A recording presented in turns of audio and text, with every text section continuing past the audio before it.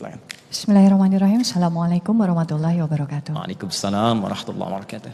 Baru saja kita mendengar bahwa Ustadz menyatakan di bulan Ramadan ini Allah pasti akan mengampuni semua dosa-dosa kita. Ya. Di dalam surat An-Nisa ayat 48, Allah berfirman bahwa sesungguhnya Allah tidak akan mengampuni dosa syirik atau menyekutukan Allah.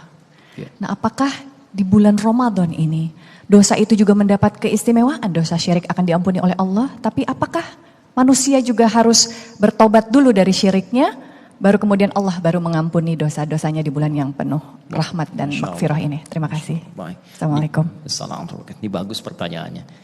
Bertanya dan langsung dijawab sendiri deh. Ada isyaratnya. Baik. Tadi disampaikan bahwa Ramadan itu siang malam ada ampunan Allah. Malamnya di Al-Bukhari nomor 37, kata Nabi, man qama ramadhana imanan wa ihtisaban ghufira lahu ma taqaddama min dhanbi. Siapa yang sholat di malam Ramadan kemudian bertobat di malamnya, dia berdoa, maka diampuni dosa-dosa yang pernah ia kerjakan selama hidupnya. Siangnya dia puasa, dia berdoa, beramal soleh, diampuni semua dosa-dosanya sepanjang dia bertobat.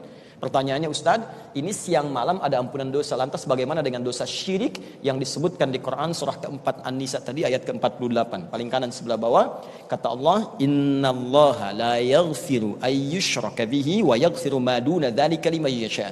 Allah tidak akan mengampuni dosa pelaku syirik dan mengampuni selain itu pada siapa yang dia kehendaki. Kata para ulama tafsir, yang dimaksud tidak mengampuni di sini kalau orang itu tidak tobat selama hidupnya, sampai kembali kepada Allah Subhanahu wa taala, membawa dosa syiriknya. Karena itu kalimatnya menggunakan la. Jadi ada la, ada lan, ada lam, itu beda. La dengan lan itu berbeda. Kalau kalimatnya lan, itu berarti harfu nafyin wastiqbalin, never maknanya, nggak akan pernah. Jadi kalau lan misalnya innallaha la yaghfiru, itu sampai kiamat pun tidak akan pernah diampuni. Tapi kalau kalimatnya la, pernah musyrik, tobat.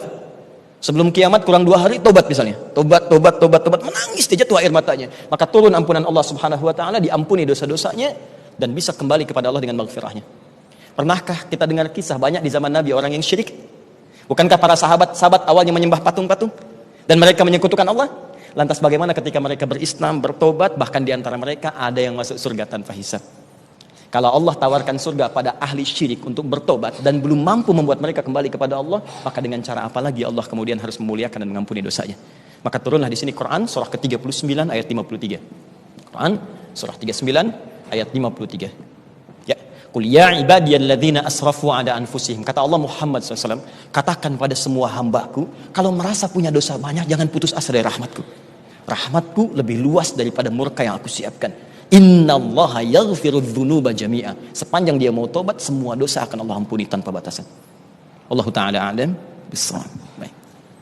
Tingkatkan iman dan takwa. Ramadan bulan mulia, sambutlah dengan bahagia. Marhaban ya Ramadan.